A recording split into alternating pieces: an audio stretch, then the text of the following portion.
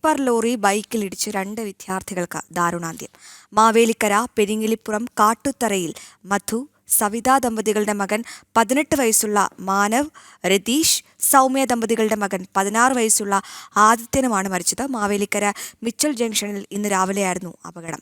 വിവരങ്ങളുമായി സുധീഷ് ഗോപാൽ ചേരുന്നുണ്ട്. സുധീഷ്, 18 വയസ്സുള്ള 2 കുട്ടികളെയാണ് നഷ്ടമായത്. എങ്ങനെയാണ് ഈ അപകടം ഉണ്ടായത്? ഒപ്പം ഈ 18 വയസ്സുള്ള മാനവും 16 വയസ്സുള്ള ആദിത്യനുമാണല്ലോ, രണ്ടുപേർക്കും ആരായിരുന്നു വാഹനം ഓട്ടിച്ചത്? അശ്വതി, ഇന്ന് രാവിലെ ആയിരുന്നു ഇത്തരത്തിലൊരു അപകടം ഉണ്ടാവുന്നത്. അത് മാവേലിക്കര മിച്ചൽ ജംഗ്ഷനിലായിരുന്നു.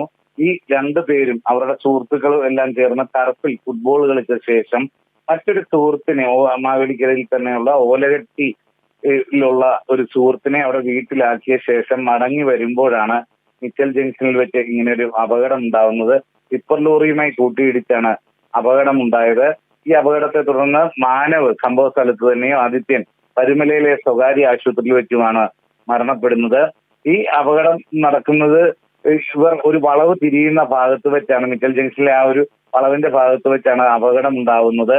അപകടം സ്ഥലത്തു തന്നെ മാനവ് മരണപ്പെടുന്ന സാഹചര്യമാണ് ഉണ്ടായത്. പിന്നെ നാട്ടുകാരെല്ലാം ചേർന്നാണ് ആദിത്യനെ പരുമലയിലെ സ്വകാര്യ ആശുപത്രിയിൽ എത്തിച്ചത്. എന്നാലും ജീവൻ രക്ഷിക്കാനായില്ല എന്നതാണ് കാരണം. ഇവരുടെ സ്ഥലം പെരിങ്ങലിപ്പുറം, മാവേലിക്കരയ്ക്ക് അടുത്ത് തന്നെയുള്ള പെരിങ്ങലിപ്പുറം സ്വദേശികളാണ് 18 വയസ്സുള്ള മാനവും 16 വയസ്സുള്ള ആദിത്യനും. അശ്വതി.